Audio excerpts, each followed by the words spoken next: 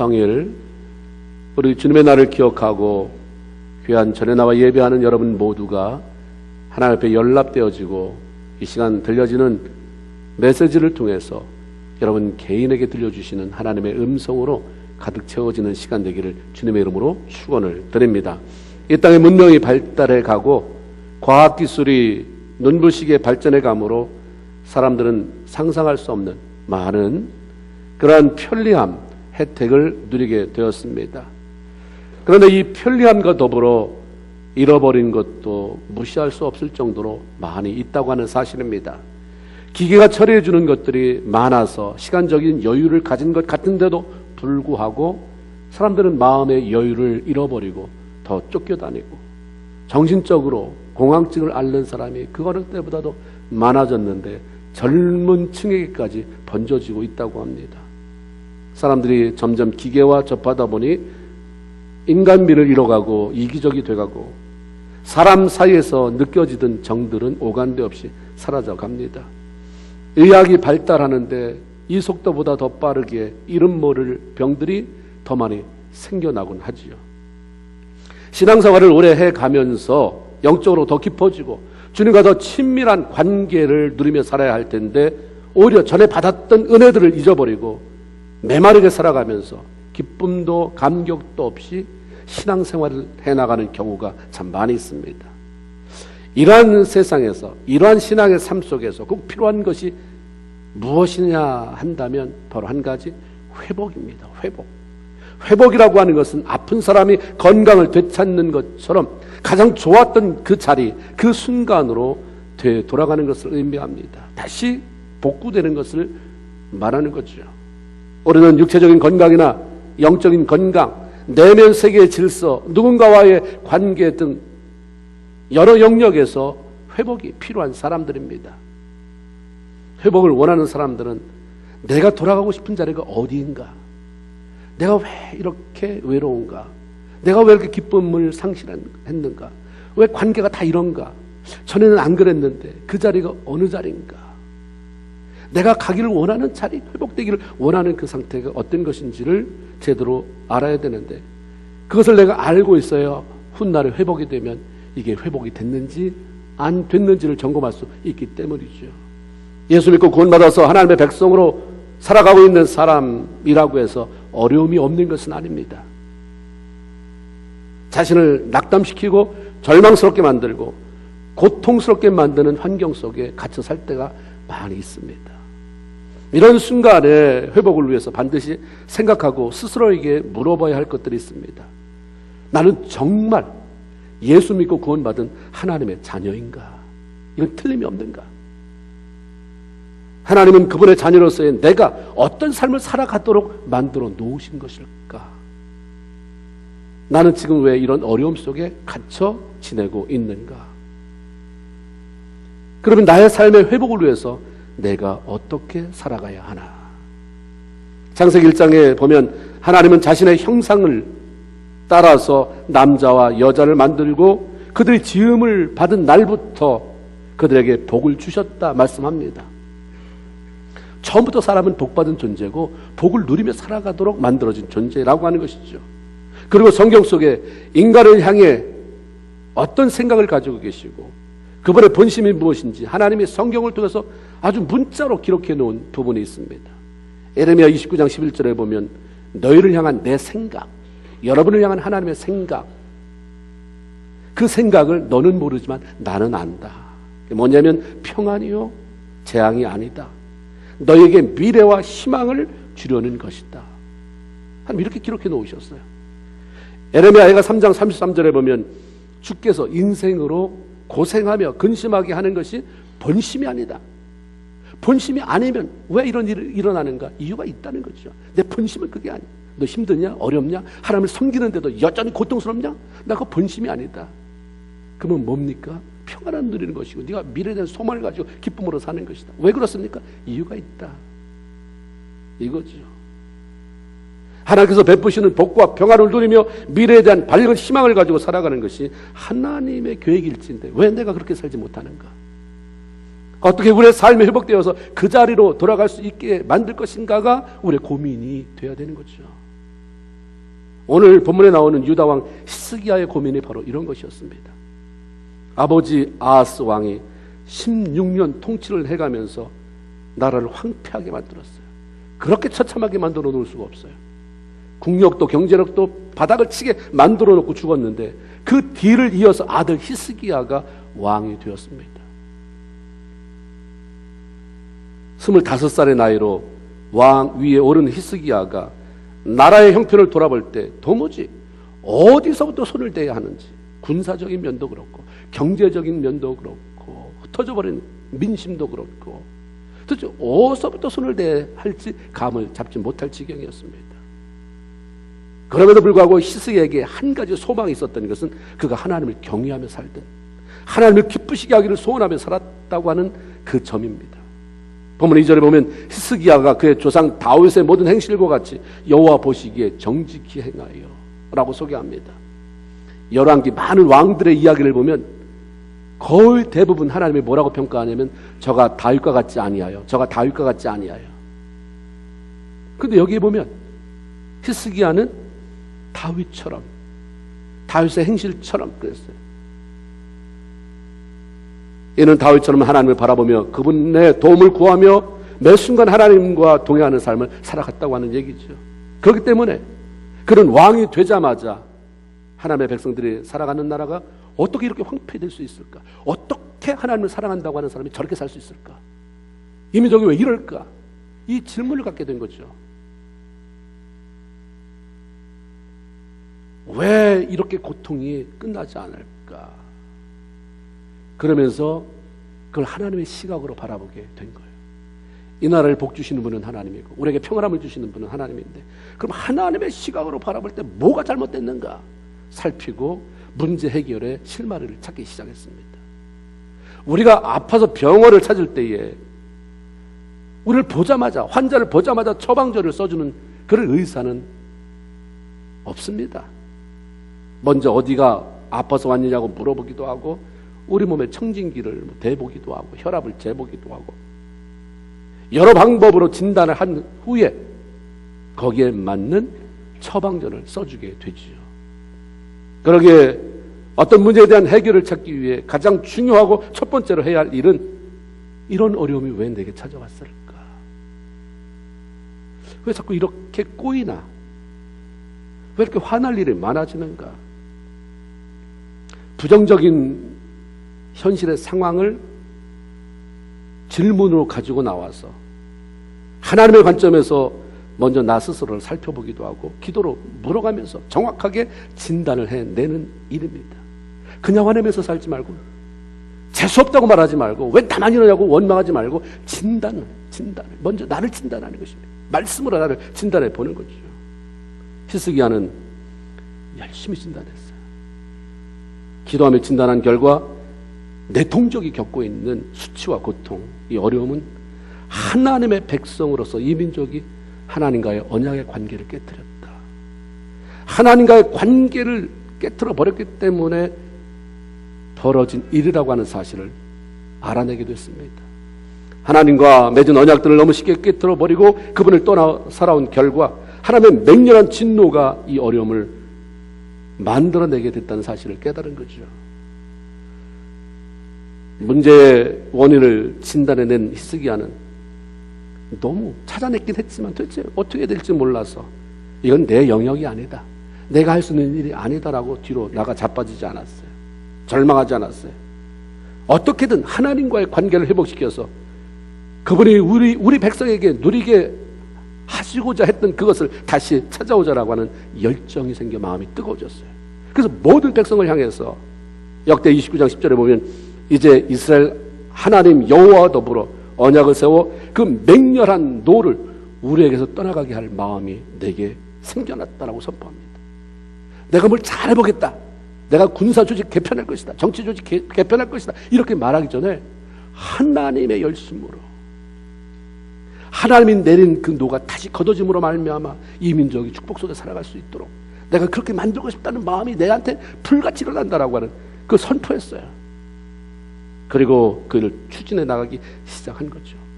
진단해 내는 것도 중요하지만 그것을 바로 잡고 회복시켜서 하나님의 백성으로 누려야 할 그런 복들을 누리며 살겠다고 결단하고 그것을 행동으로 옮겨가는 것은 더 중요한 것입니다. 하나님의 백성으로 수치스럽게 사는 것을 수치스럽게 여기고 그것을 회복시켜 가리라는 결단이 우리에게 요구되는 것입니다.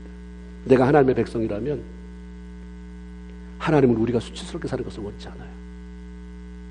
마음의 평안함을 잃고 그렇게 불안하게 사는 것 원치 않아요. 그 미움과 원망 속에 사는 것 원치 않으십니다. 내가 그렇게 사는 것을 수치스럽게 여겨야 돼요. 내가 하나님을 그렇게 오랫동안 믿고 그렇게 기도하고 그렇게 섬긴다고 하는데 왜 나는 맨날 이렇게 불안한가? 왜 이렇게 평안함이 없는가? 왜 나는 사람이 다 미운가? 왜 선대하는 게 잘 나가다가 중간에 다 이렇게 끊어지는가? 꼬여버리는가? 이걸 어떻게 회복시킬 것인가를 기도해야 되는 거죠. 포로로 잡혀온 느헤미야가 바벨론에 있었는데 그다음에 페르시아에게 넘어가잖아요. 수산국에 있을 때 자기 형제들로부터 예루살렘 성이 황폐하고 성문이 불탔다는 얘기를 들어요. 비록 자기는 지금 문제 없거든요. 포로로 잡혀왔지만 왕에게 발탁되어져서 고위 관리가 됐어요. 편하게 잘 먹고 잘 살고 있어요. 근데 자기 조국이 어렵다는 얘기를 들으니까 마음이 불편해요. 하나님께 기도합니다. 나 조국 방문하고 싶습니다. 뭔가 도움을 주고 싶습니다. 기도하는데 마침내 하나님께서 왕의 마음을 열어주셔서 허락하게 했습니다. 그때 민족 지도자로서 느헤미야가 백성들을 모아놓고 외쳤던 말이 뭡니까?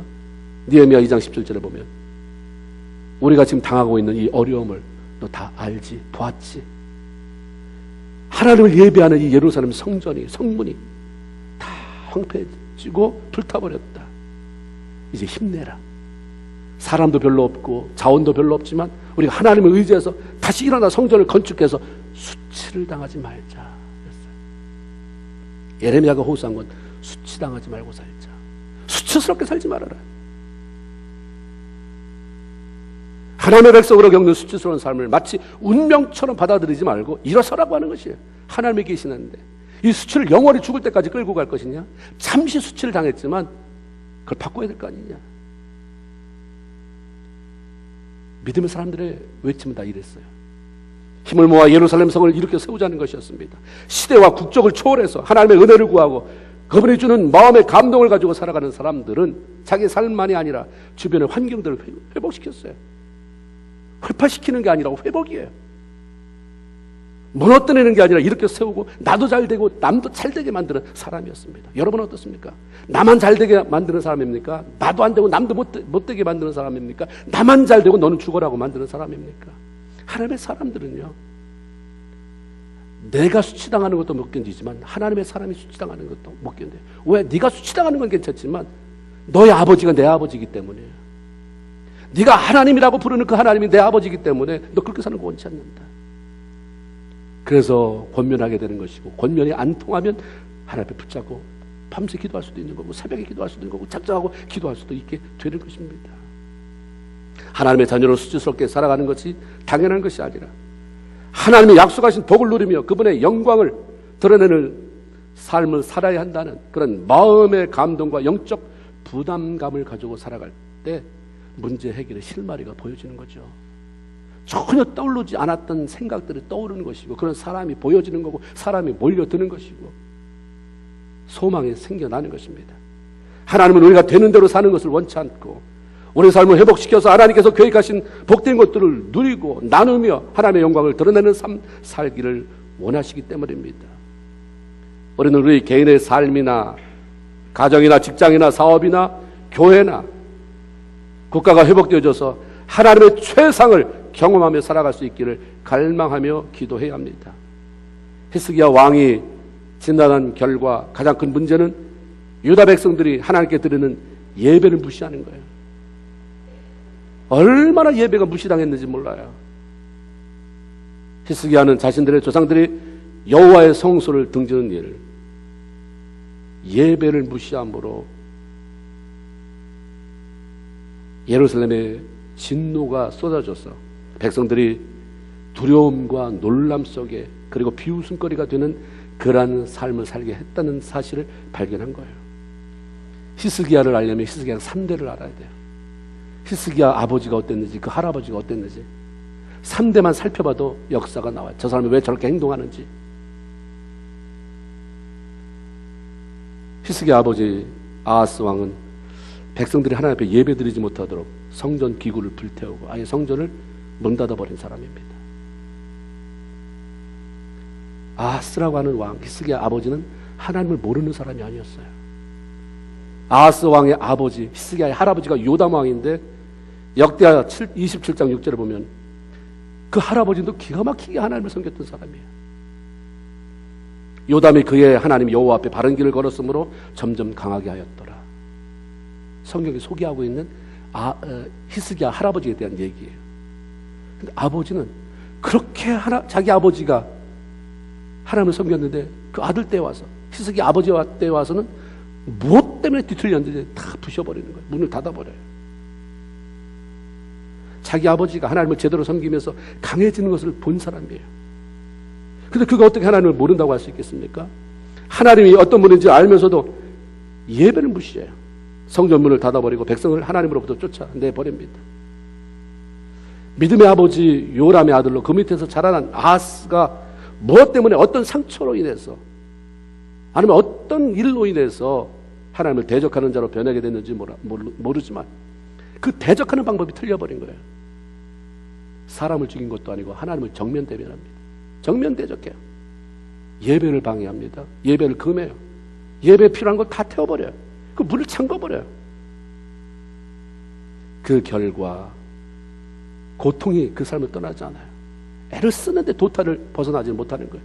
역대 28장 5절을 보면 그러므로 그의 하나님 여호와께서 그를 아람 왕의 손에 넘기심에 그들이 쳐서 심히 많은 무리를 사로잡아 다메섹으로 데리고 갔으며 번번이 전쟁이 일어나요. 번번이 지는데 큰 타격을 받게 돼요. 하나님께서 이스라엘 백성들을 선택하신 이유가 바로 하나님을 찬송하며 예배함으로 하나님을 영화롭게 하라고 하는 이유 때문이었습니다.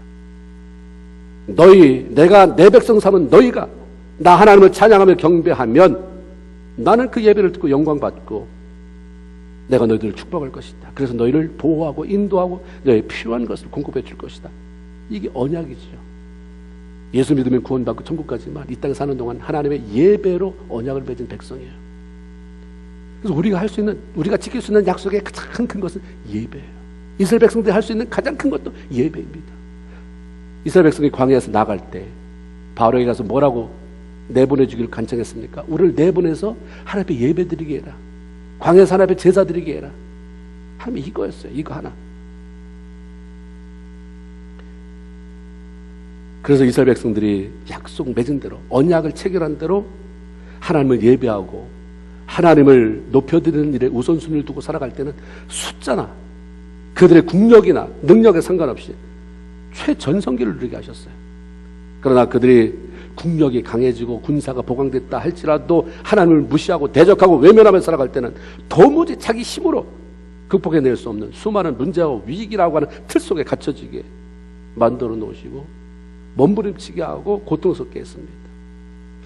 이스라엘 백성들이 바벨론의 포로로 잡혀가 생활하고 있을 때 잘못한 사람들이 어려움이 있으면 잘못했다고 하나님 앞에 돌아와야 되는데 그걸 안 하고 대신해서 그냥 코가 석장해서 그냥 실망하고 있는 거예요.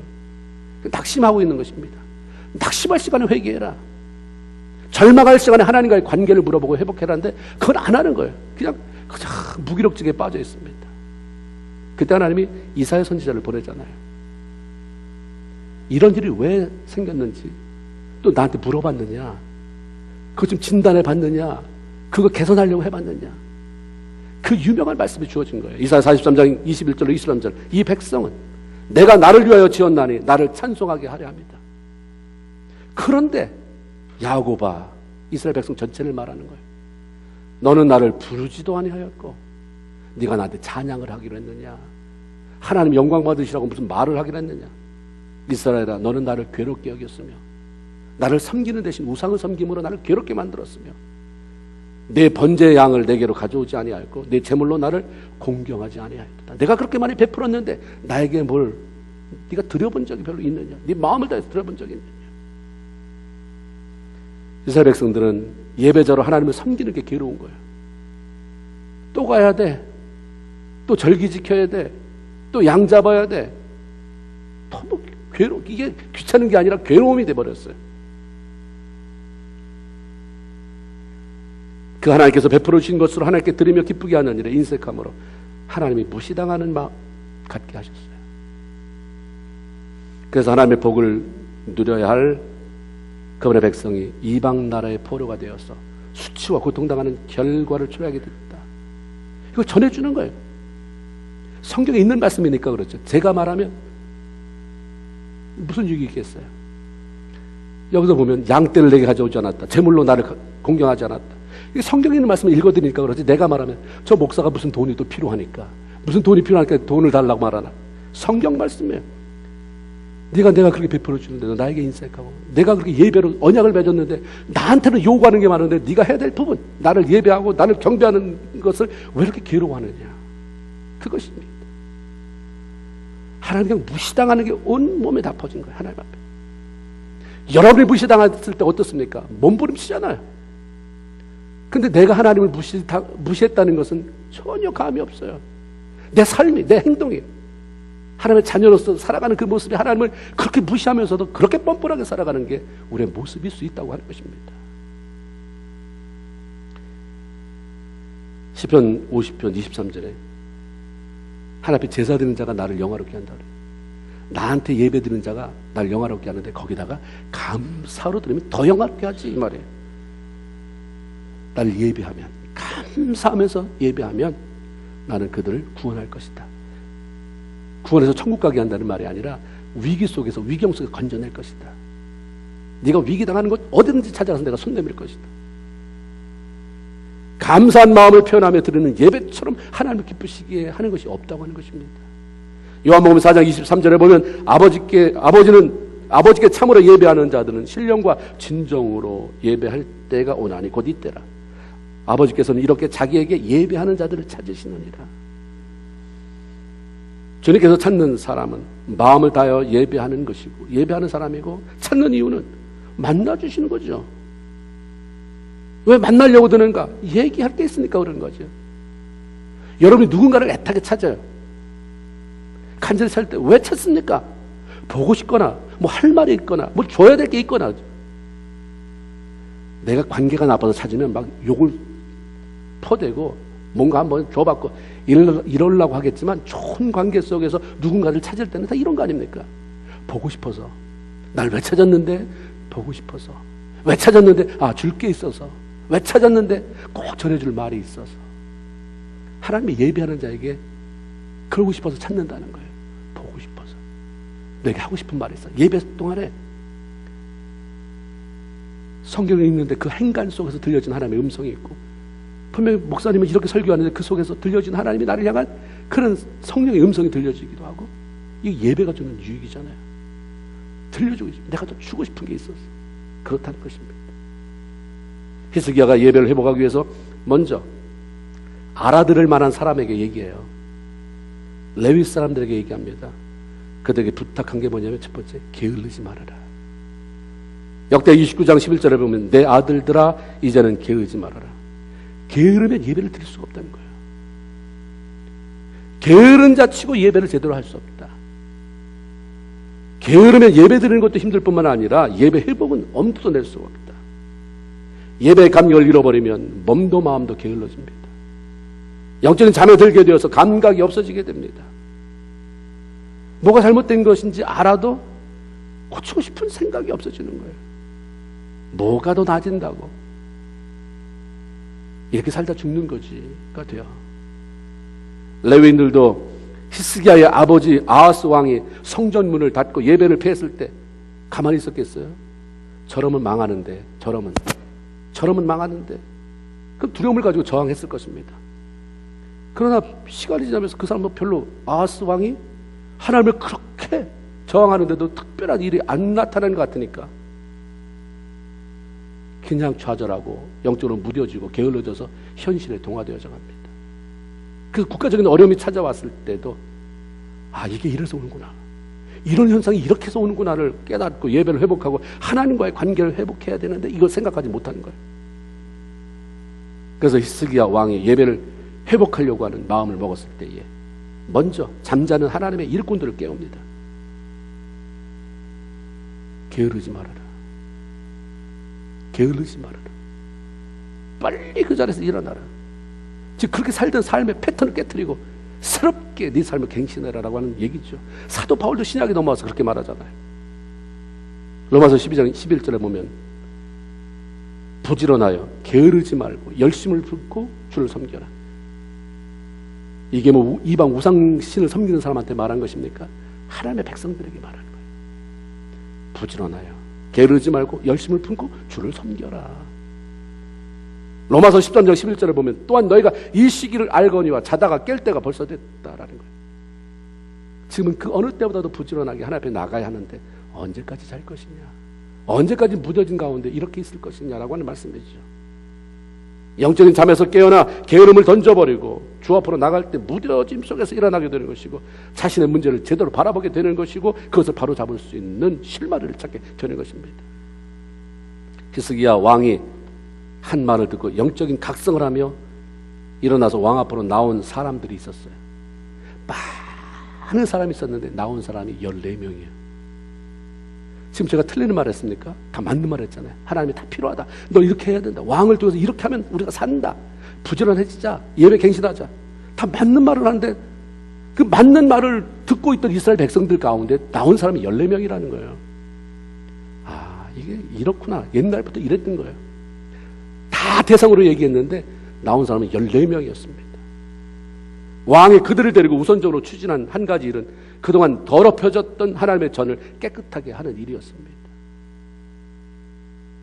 영적인 공기, 지저분했던 먼지도 쳤겠지만 여기저기 흩어져 있던 그런 우상 숭배 잔해들 다 치운 거예요.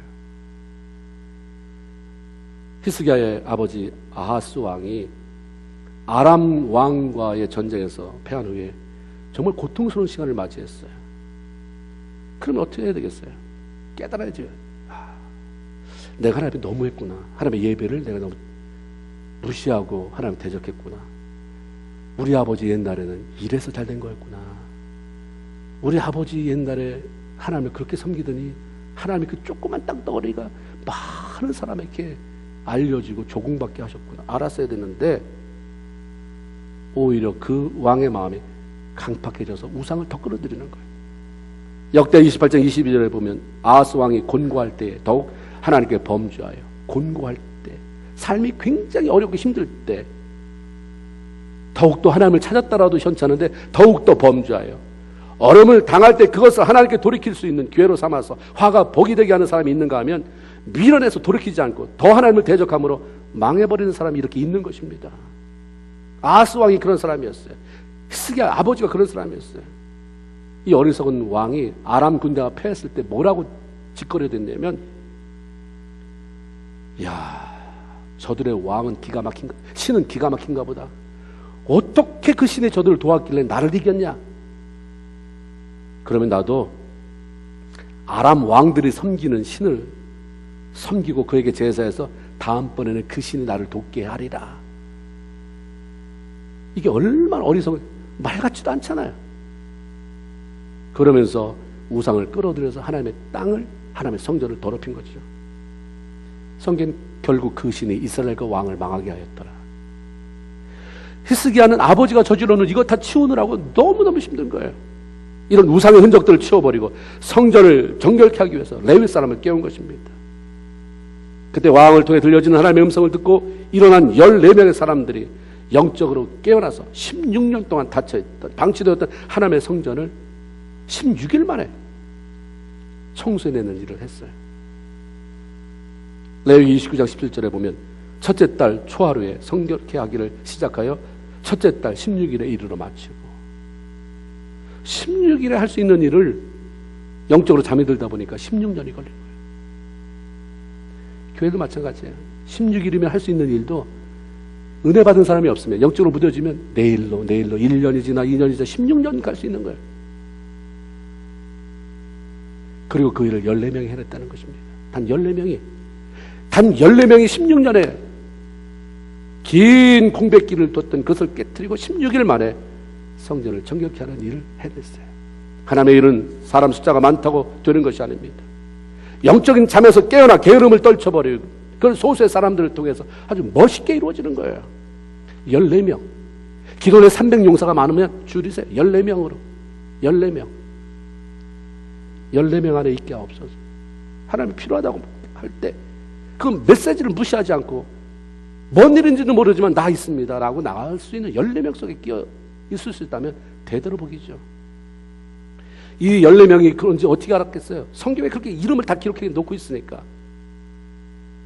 우리가 쉬어보니까 14명이 나오더라고요. 성전을 정결케 한 히스기야는 찬양들을 구성하고 하나님 앞에 드리는 제사를 다시 회복하기 시작합니다. 그리고 히스기야가 행한 더 놀라운 일은 하나님께서 명하신 유월절 절기를 회복시킨 것입니다. 유월절 잘 아시죠? 뛰어넘었다. 이스라엘 백성들이 애굽에서 탈출할 때 해방되어 나올 때 10가지 재앙이 그곳에 행해졌는데 마지막 10번째가 죽음의 재앙입니다. 다 죽이는 거예요. 그런데 하나님이 이스라엘 백성에게는 알려주셨잖아요. 죽음을 뛰어넘게 하는 방법, 죽음의 사자가 그 집을 넘어가게 하는 방법은 어린 양의 피를 문설주에 발라라. 그 죽음의 재앙으로부터 살아남은 것을, 죽음의 재앙으로부터 지켜주신 것을 기념하는 절기가 유월절이에요. 그래서 유월절 이 일이 지난 다음에 하나님이 이스라엘 백성들에게 이렇게 말씀하셨어요. 출애굽기 12장 14절 너희는 이 날을 기념하여 여호와의 절기를 삼아 영원한 규례로 대대로 지켜라. 대대로 네 자손이 이 땅에서 네 나라가 없어지는 동안, 이 땅이 없어지는 동안 대대로 자식에게 또 말하고 또 말하고 또 말해서 그걸 지켜라고 명령하셨어요. 하나님 이스라엘 백성들이 대대로 유월절을 지킴으로 하나님께서 자신들을 죽음 가운데 보호하시고 은혜를 베풀어 주신 것을 기억하면서 평생 하나님을 잊지 않고 섬기고 그러므로 말미암아 하나님이 주시는 복을 누리고 살기를 원하는 거예요. 그걸 잃어버리든 말든 뭐 하나님의 뭔 유익이 있겠습니까? 잃어버리지 말고 지켜야 그게 약속이니까 내가 복을 내릴 수 있으니까 나는 얼마든지 복을 내릴 수 있는데 복받기 합당한 조건을 내가 만들어라. 나하고 약속했던 거 네가 만들면 어떤 사탕도 왜 쟤만 하지 못할 거 아니냐. 그건 네가 만들어라. 하나님 약속했으니까 난 한다. 네 후대가 난 보지 못했지만 우리 아버지로 들은 게 우리 할아버지로 들은 게 유월절은 꼭 지켜야 된다더라 라고 말해주면 그들도 복 가운데 살 것이 아니냐. 그래서 이걸 명령하신 것입니다. 세월이 지나면서 하나님의 명령이 무시됩니다. 유월절 절기가 잊혀져 갔어요. 히스기야 왕은 하나님께서 정하시고 명하신 유월절 절기를 지키는 것이 얼마나 소중한지를 깨닫고 편지를 썼어요. 이 왕이 내가 무슨 제사장이야 무슨 목사야, 왕일 뿐이에요. 그냥 왕. 근데 하나님의 마음을 가진 왕이 하나 나타나니까 이런 거예요. 하나님의 마음을 가진 장로님이 계시면, 하나님의 마음을 가진 권사가 있으면, 집사님이 있으면, 그런 성도가 있으면 세상은 달라져요. 저도 그런 사람이 되길 소원해요. 그래서 우리가 함께 불쌍히 여기며 기도해야 되는 것 아닙니까? 하나님의 심적으로 편지를 써요. 예루살렘 여호와의 전에서 그곳으로 와서 이스라엘 하나님 여호와를 위하여 우리가 유월절을 지키자. 역대하 30장 1절에 보면 편지 쓴 내용이 나오잖아요. 그래서 보발꾼이라고 그랬어요. 말 타고 막 달려가면서 왕의 소식을 전하는 수많은 사람을 기용해서 막 동네마다 왕이 이런 편지 썼다, 이런 편지 내렸다, 예루살렘으로 모여들어라, 유월절 예배 드리자. 하나님 앞에 돌아와서 그분의 복을 누리고 이제 우리가 지금까지 그렇게 지긋지긋하게 이방 민족에게 눌리고 뺏기고 힘들고 이런 삶으로부터 회복되는 삶을 살자고, 그것도 왕이 말하는데 성경에 보니까 조롱하며 비웃는 사람이 있었더라요. 그렇게 말하는데도 조롱하며 비웃는 사람은 또 뭔 거예요? 그런데 놀라운 것은 조롱하며 비웃는 사람들에도 불구하고 그 가운데 하나님의 감동을 받는 사람들이 있어서 그들을 통해 하나님의 일이 진행되었다고 하는 사실입니다. 역대하 30장 10절 11절에 보면 사람들이 그들을 조롱하며 비웃었더라. 그러나 아셀과 므낫세와 스불론 중에서 몇 사람이 스스로 겸손한 마음으로 왕의 명령을 따라 예루살렘에 이르렀고 하나님의 손이 또한 유다 사람들을 감동시키사 그들에게 왕과 방백들이 하나님의 말씀대로 전한 명령을 준행하게 하셨더라. 이렇게 하나님의 마음, 하나님의 감동 준 마음을 가지고 움직이는 사람들의 도움을 받고 그들과 마음이 하나가 되어 마침내 예배가 회복됐어요. 유월절 절기가 회복되었습니다. 전무후무한 유월절, 솔로몬 이후에 없었던 그런 대단한 유월절 축제가 벌어졌어요. 사람들이 넘치는 감사의 마음, 넘치는 예물을 가져와서 제사장이 부족할 정도가 됐어요. 그 결과가 무엇입니까? 그걸 아까 같이 읽은 거예요. 26절, 27절에 예루살렘에 큰 기쁨이 넘쳐나고, 하나님이 기뻐하는 일을 하면 우리 안에 먼저 기쁨이 넘쳐요. 내가 기쁨이 먼저 넘치는 거예요. 내가 그냥 좋은 거예요. 여러분 교회 봉사를 해보셔서 알겠지만, 봉사하면 누가 알아줍니까? 몇 시간 일했다고 돈을 줍니까? 근데 내가 하나님을 섬기고 나면 마음이 기쁜 거야. 일을 했는데 신경질이 난다? 그건 나를 위해서 일한 거야. 하나님 위해서 하면 반드시 기쁨이 오게 돼 있어. 초점이 맞춰지면. 그러니까 내가 왜 이 일을 하고도 이렇게 신경질이 나나? 왜 내가 누가 미워서 견딜 수 없나? 잘못 초점이 맞춰졌다는 걸 알고 엎드려야 돼. 이들이 하나님의 초점을 바로 맞췄어요. 6월절 예배가 회복됐습니다. 하나님의 성전의 예배가 회복되니까 예루살렘 전체 큰 기쁨이 넘쳐났어요. 그리고 하나님께서 제사장들과 레위 사람들의 입을 통해서 백성들을 축복하셨다라고 말씀합니다. 저주에서 기쁨과 축복의 상황으로 회복이 된 것입니다. 하나님의 백성들이 본래 누려야 했던 그 환경으로 다시 돌아가게 되는 진정한 회복을 경험하게 된 거죠. 예배 회복을 통해서, 하나님의 말씀에 대한 순종의 회복을 통해서 하나님의 백성으로 저와 여러분이 누려야 할 그 복된 자리, 그 생명의 자리, 그 영광스러운 자리에 늘 머물러 있게 돼요. 나를 바라보면서 다른 사람에게 하나님의 이름을 높여드릴 수 있는, 하나님 나라를 확장시켜 나갈 수 있는 그런 역할을 감당하는 귀한 성도들 다 되기를 주님의 이름으로 축원을 드립니다. 아멘. 하나님 감사합니다.